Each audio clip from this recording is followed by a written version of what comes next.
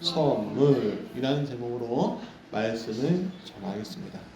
제 인생 가운데 가장 기억에 남는 두 가지 선물이 있습니다. 하나는 육적인 선물이고요, 하나는 영적인 선물이었어요. 육적인 선물은 제가 가장 어릴 때였습니다. 제가 아버지의 손을 잡고 이제 저기 서산, 예산 그쪽에 친척집에 결혼식을 참여한 적이 있었습니다. 아버지가 손을 잡고선 갈 때 그땐 차가 없었어요. 그러니까 대중교통 이용, 산 넘고 물 건너서 온 거죠. 버스를 이용해서. 그래서 이제 터미널에서 내리고 친척집으로 가는데 그때 마침 문방구가 보이는 거예요. 그 문방구에 멋있는 총이 있었습니다. 이만한 총이. 제가 졸랐죠. 아빠 저거 갖고 싶어요.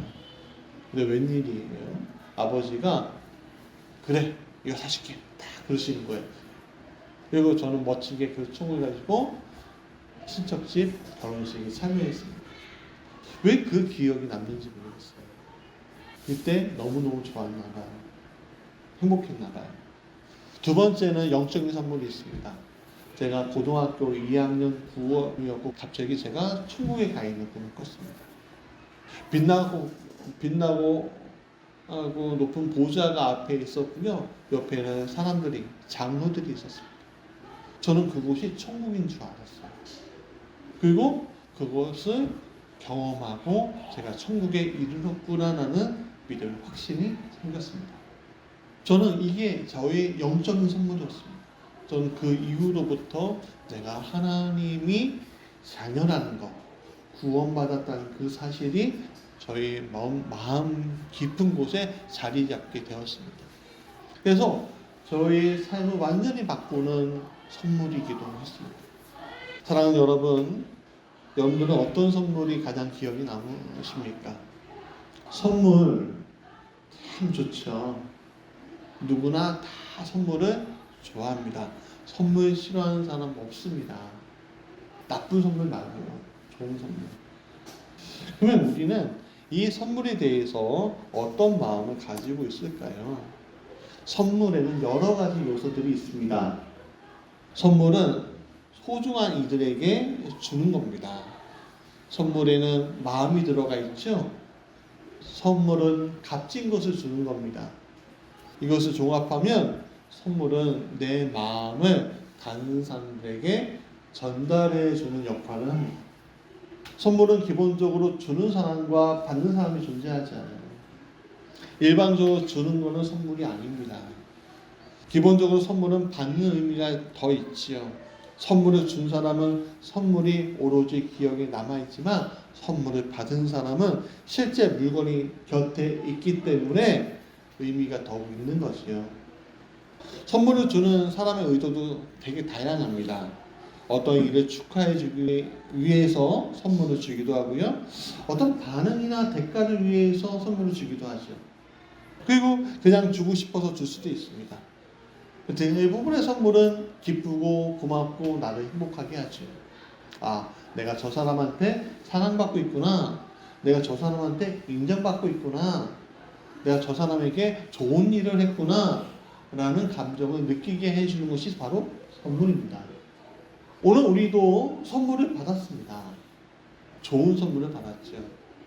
근데 오늘 우리가 잘 생각해 봐야 될 게 선물은 보통 어른이 어린 사람에게 주는 것이 더 의미가 있습니까? 어린 사람이 어른에게 주는 게 더 의미가 있습니까?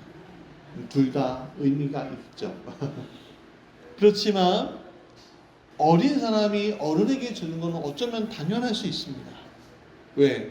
그동안 받은 은혜가 받은 것이 많기 때문에.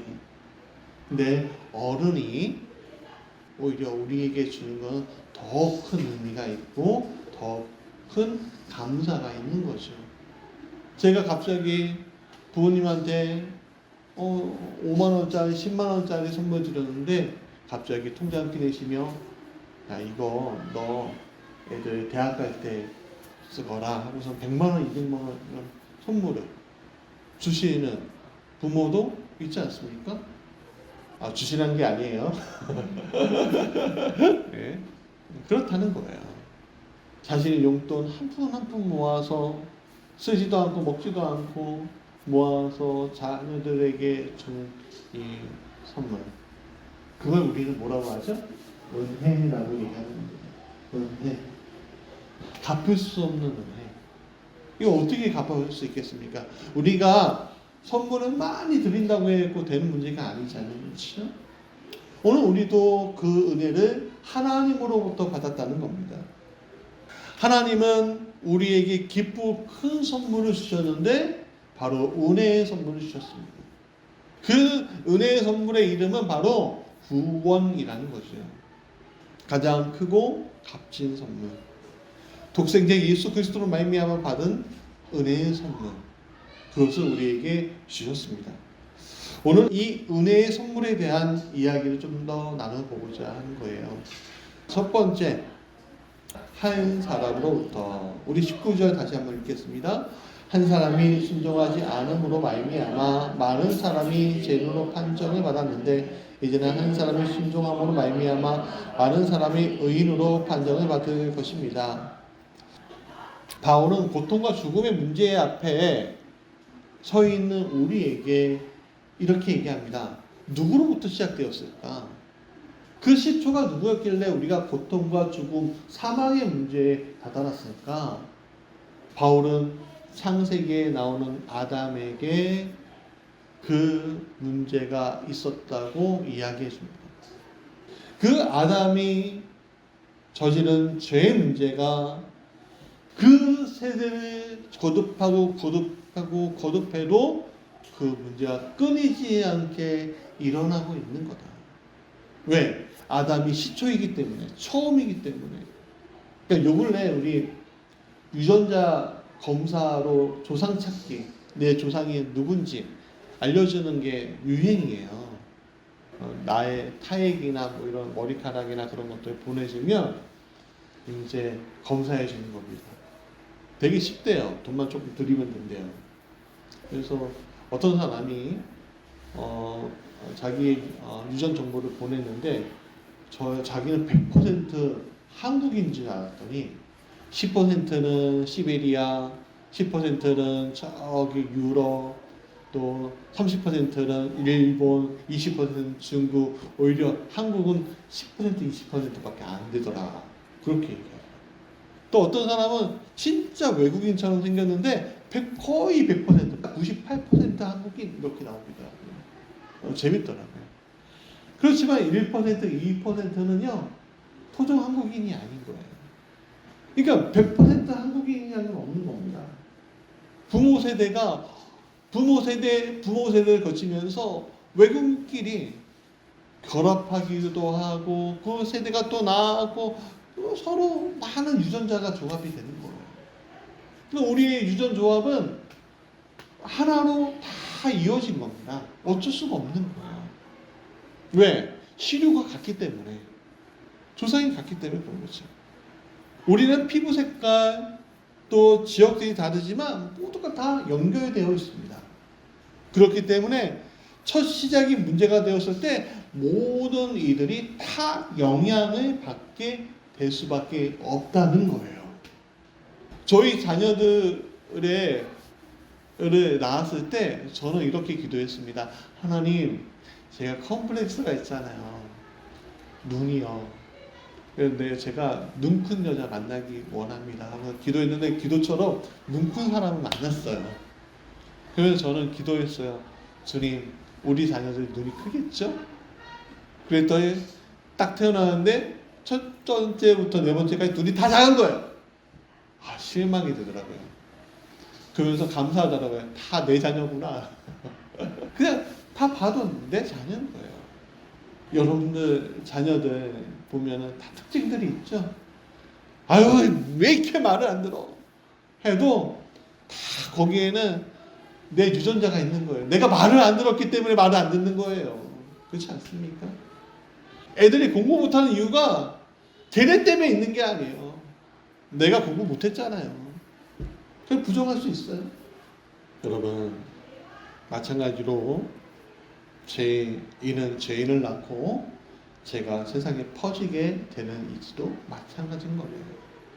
나의 습관이 거룩하지 않으면 우리의 자녀의 습관도 거룩하지 않게 되는 거고요. 내 마음의 밭이 거룩하지 아니하면 내 자녀의 밭도 거룩하지 않게 되는 거잖아요. 가끔씩 튀는 애들이 있죠. 나보다 성품 더 좋은 애들. 그거는 나 때문이 아니라 내 배우자 때문인 거예요. 나쁜 것은 다 나 때문이고 좋은 것은 다 배우자 때문인 줄 믿습니다. 바울은 이렇게 얘기해요. 하나님 아들로 인해서 죄의 문제가 해결됩니다. 라고 얘기합니다.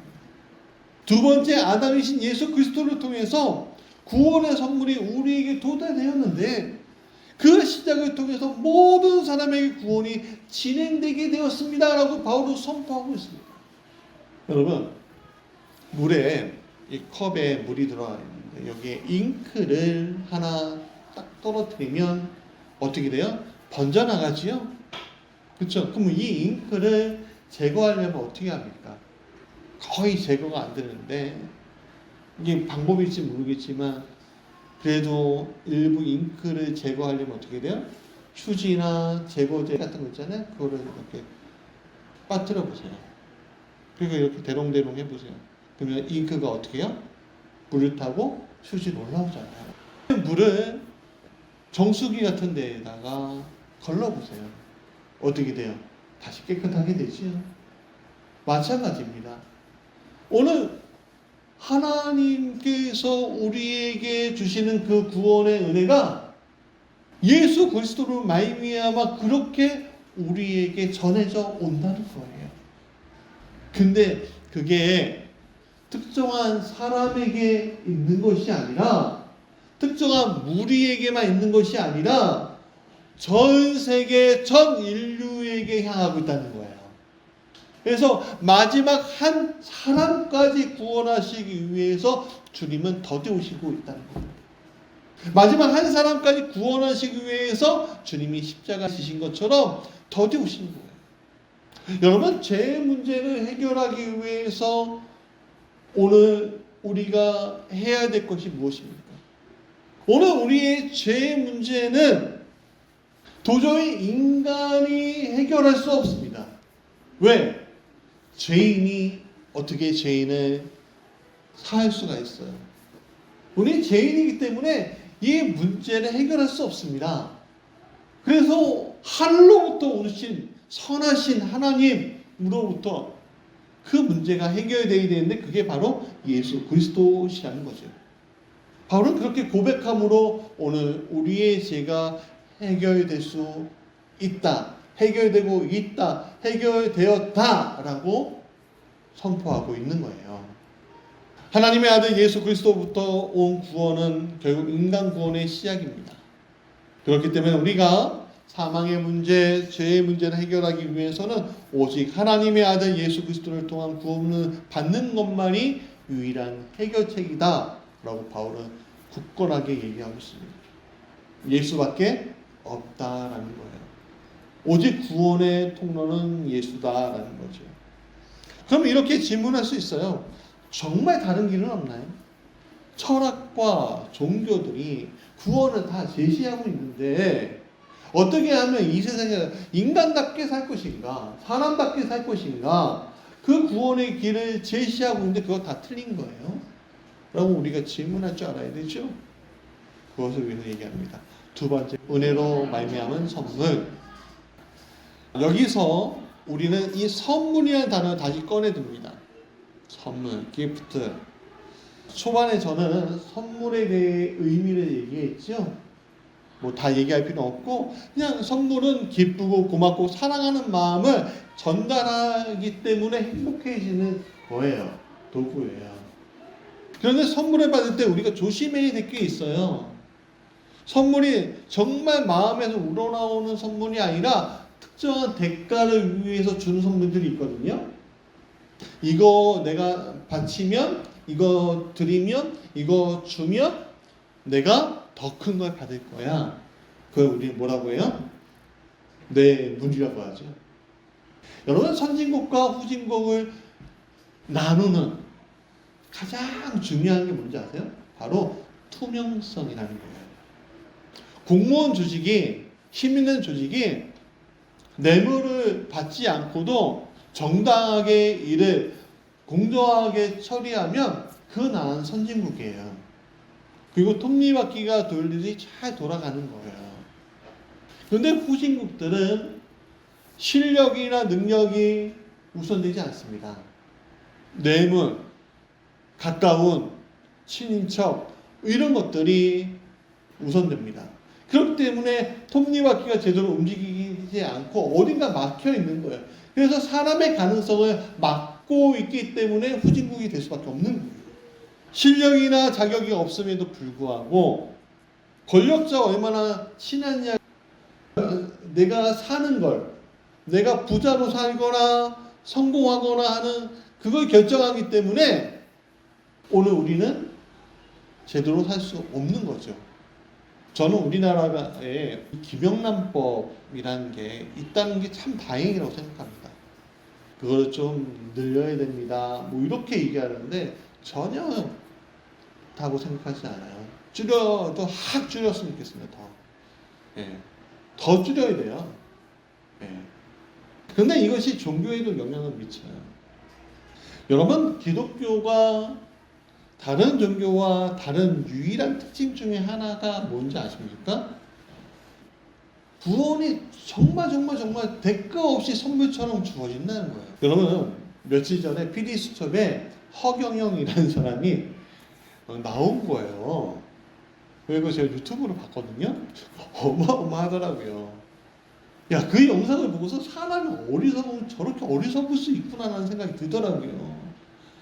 허경영이 사람을 치유해 준다고 하는데 여성을 데리고 와갖고 목사님들은 그냥 안수해주고 끝나잖아요. 그렇죠? 근데 이 여성들은 치유받으려고 또 병 고침도 받고 병이 아예 안 생겼으면 좋겠다는 마음으로 100만 원을 드리면서 그냥 이렇게 또 1분도 않게 그냥 다 훑어요.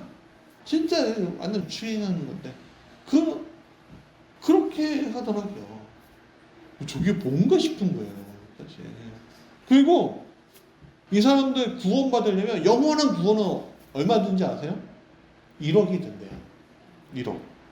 그럼 1억을 받으면요, 이 동그란 금 펜던트에 한글로 대천사 이렇게 써갖고 주는 거예요. 참 디자인도 고딕체? 야, 저런 그 구원을 받을 수 있다고? 1억 원. 그럼 구원을 다 받는데요. 어떤 죄를 지어도 된다는 거예요. 왜? 이미 허경영이가 구원을 해줬으니까.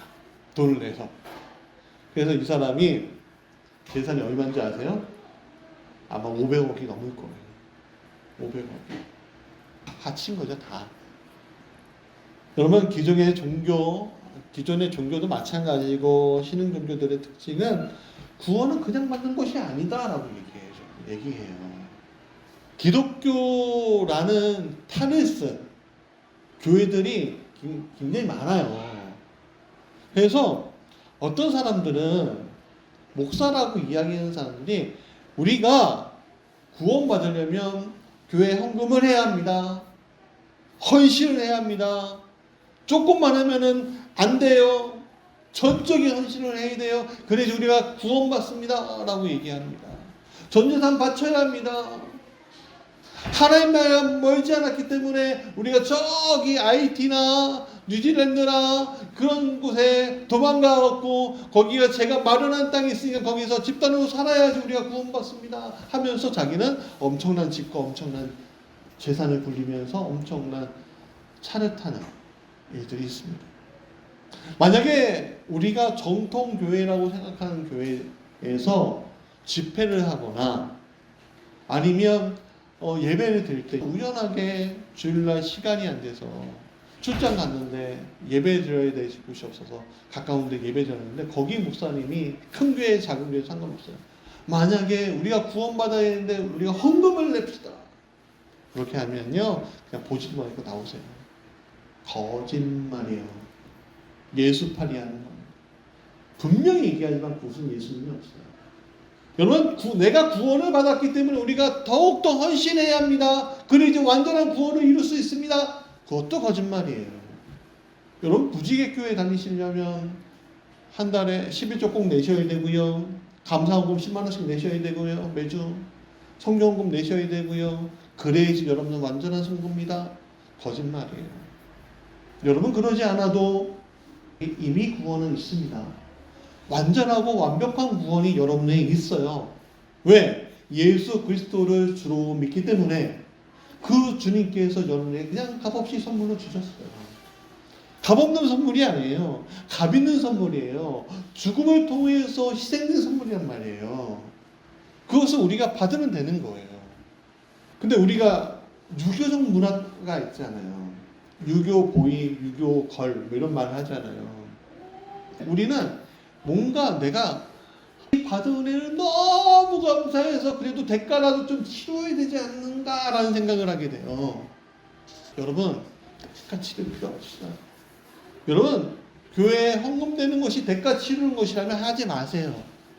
안 하셔도 돼요. 대가 치르지 않아도 돼요. 우리에게 선물은 그냥 온 거예요. 그걸 어떻게 교회에서 대가 치르란 말을 해요? 그건 거짓말이에요. 우리의 헌신과 우리의 헌금은 하나님 나라를 풍성하기 위한 도구일 뿐이에요. 내 것이 아니라 하나님 것이라는 것을 고백하기 위한 고백의 도구일 뿐인 거예요. 그것이 우리의 구원과는 아무 상관이 없어요.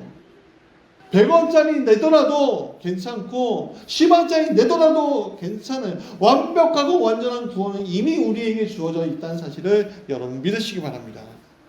여러분의 구원이 이미 베풀어지고 이루어졌다는 믿는 그 순간 100% 여러분은 완전한 구원의 자리에 있게 된다는 거죠.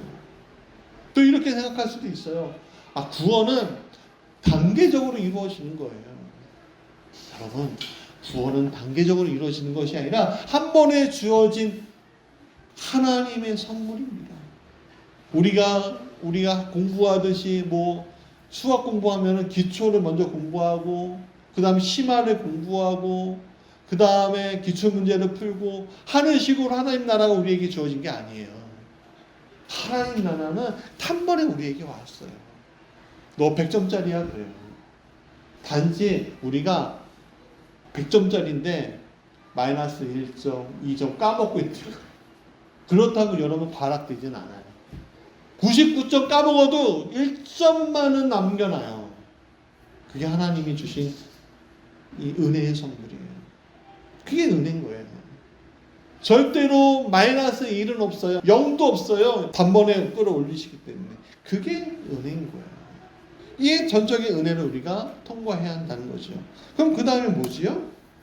자, 그 다음에 전적인 은혜를 통과했어요.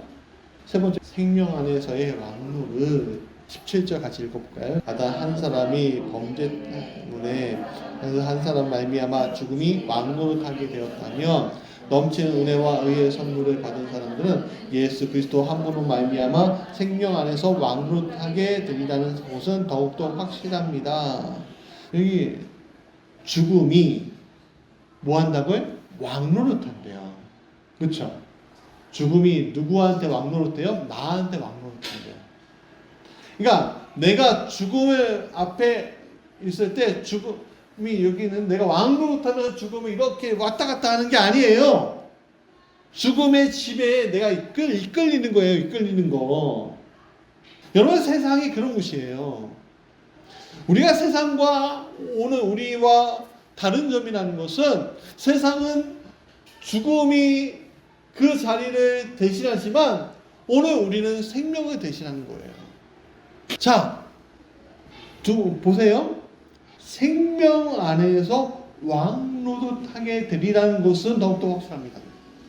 그러니까 예전에 제 지배를 받고 있는데 이제는 내가 이 죽음까지도 지배할 수 있는 왕노릇할 수 있는 자리에 내가 서 있다. 여러분 여기서 자 보세요. 생명이라는 단어가 뭐예요? 생명이라는 단어는 우리가 숨을 쉬고 반응하는 것을 생명이 있다고 얘기하죠.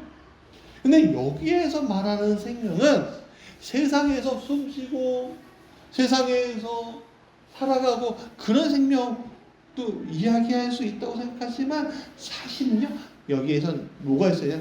인갓이 있어요. 하나님 안에서 있는 생명과 죽음의 지배 아래 있는 생명과는 다른, 세상 안에서 죽을 가치관을 버리고 오직 하나님 안에서 생명의 가치관으로 우리가 살아가야 한다고 바울은 이야기하고 있어요. 여러분, 세상의 가치관은 마치 사막입니다. 사막이에요. 죽을 힘을 다해서 경쟁해서 이기려고 하기 때문에 그래요. 경쟁하지 않으면 못 살아요. 그러나 하나님 안에서는 경쟁이 없다는 거예요. 자, 좀 구절이 많긴 하지만 이거 읽어봤으면 좋겠습니다. 중요한 구절이니까. 요한계시록 21장. 그들이 눈에서 모든 눈물을 닦아 주실 것이니 다시는 죽음이 없고 슬픔도 부르짐도 고통도 없을 것이다. 이전 것들은 다 사라졌기 때문이다. 그때 보좌에 앉으신 분이 말씀하셨습니다. 보아라, 내가 모든 사람을 새롭게 한다. 또 말씀하셨습니다. 기록하여라. 이 말은 신실하고 참되다. 또 나에게 말씀하셨습니다. 다 이루었다. 나는 알파며 오메가 곧 처음이며 마지막이다. 목마른 사람에게는 내가 생명수 생물을 거저 마시게 하겠다. 이기는 사람은 이것들을 상속받을 것이다. 나는 그의 하나님이 되고 그는 내 자녀가 될 것이다. 여러분, 경쟁이 없으니까 눈물도 없고 죽음도 없고 슬픔도 없고 울부짖음도 없고 고통도 없는 겁니다. 오직 하나님 안에서 새롭게 되는 것밖에 없는 겁니다. 그럼 우리는 거듭남이라고 얘기하는 거예요. 이것은 목마른 사람에게 생수를 부어주신 하나님 예수 그리스도의 놀라우신 은혜인 거예요. 우리가 사마리아 우물가의 여인에 대해서 잘 알죠. 그 여인은 어떤 사람이었죠?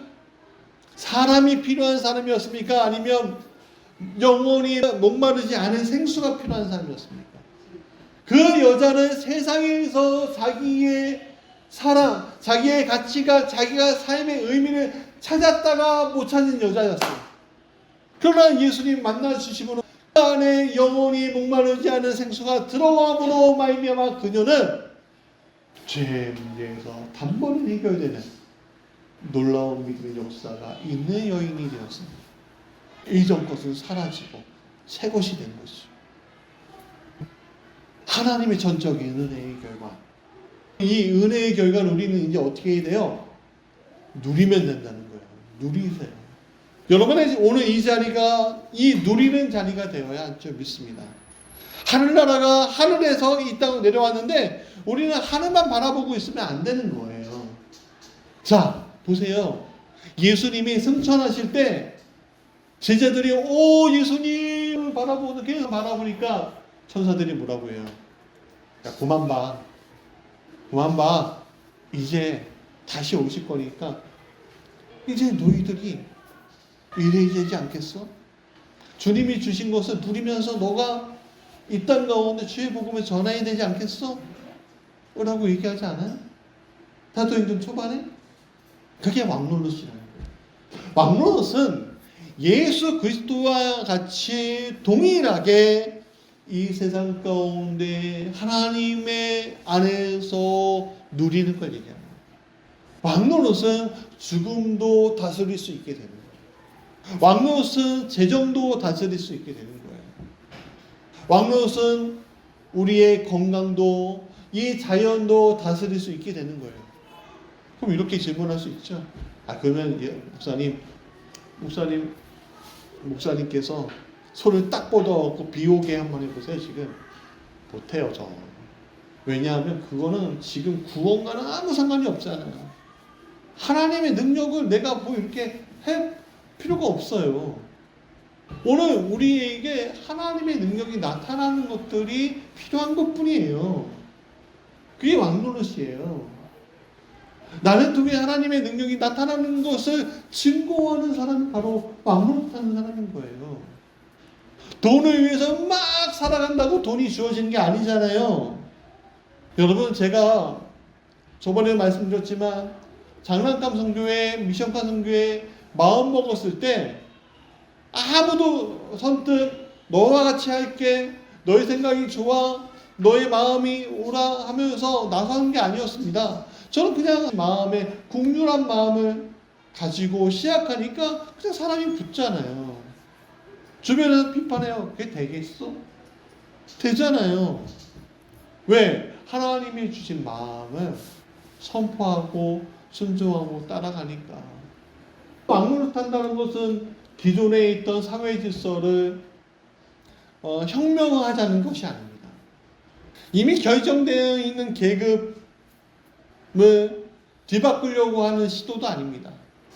비록 우리가 이 세상에서 노예로서 계급적 질서에 순응하고 있을지라도 오늘 우리에게 영적인 뒤바뀜이 있는 자리에 있게 되는 것입니다. 영적인 뒤바뀜이 있을 때 노예가 실제로 왕은 될 수 없어도 노예가 실제로 왕의 노릇을 할 수 있는 믿음이 생긴다는 것입니다.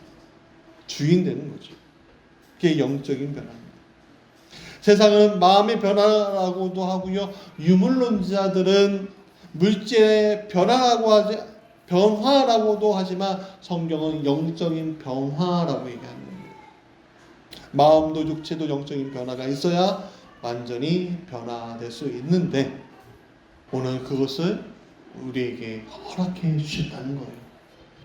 이미 세상을 살리고 가정을 살리고 나를 살리는 진정한 길은 우리가 예수님처럼 하나님 안에서 제대로 왕노릇하기만 하면 된다는 거예요. 오늘 환경주의인 거 아세요? 환경 선교주의입니다. 이 자연도 마찬가지예요. 우리가 제대로 왕노릇하지 못하기 때문에 이 자연이 아파하는 거죠. 그래서 이번에 조금 작은 결단을 했어요. 맨날 저도 일회용품 많이 쓰지만 우리가 앞으로는 개인 컵을 좀 교회에 갖고 오시면 아니면 지정하시면 거기에다가 이 스티커를 붙여서 이거는 아무개 컵 이렇게 해고 그 컵만 이용할 수 있게끔 하려고 그래요. 종이컵 되도록이면 안 사용하고 그게 왕노릇하는 겁니다. 자, 말씀의 결론입니다. 어떤 인터넷 글이에요. 이런 재미있는 글이 있더라고요. 읽어드릴게요. 여자들이 꽃 선물을 좋아하는 이유. 연인 사이에서 여자가 남자의 꽃 선물을 좋아하는 건 단순히 꽃을 좋아해서가 아니라고 했다. 남자가 꽃집에 가서 어색하게 꽃을 고르고 연인을 만나기 전까지 꽃다발을 들고 다니면서 주위의 시선을 느끼고 수줍게 꽃을 내미는 순간까지 전부 포함된 선물이 꽃 선물이기 때문이라고 했다. 단순히 그 물건이 좋아서가 아니라 상대방의 정성과 수고로움이 담겨있기 때문에 그 선물이 훨씬 가치 있다. 여러분, 오늘 우리가 받은 선물은 그런 선물입니다. 그냥 막 주어진 게 아니에요. 우리의 구원은 아버지의 수고로움이 묻혀 있는 구원입니다.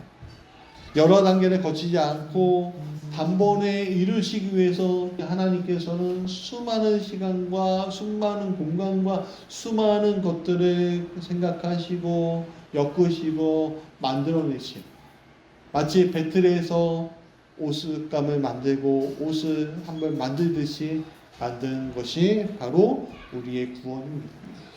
우리가 이 선물을 받고 제대로 해야 할 것은 이 세상 가운데 왕노릇하는 겁니다. 그걸 우리는 성화라고 얘기하는 거예요. 생명을 낳는 왕노릇. 나만 잘 살리는 것이 아니라 생명을 낳는 왕노릇해야 합니다. 저와 여러분이 이 생명을 낳는 왕노릇하는 이 교회가 생명을 낳는 왕노릇하는 교회가 되게 간절히 축원합니다.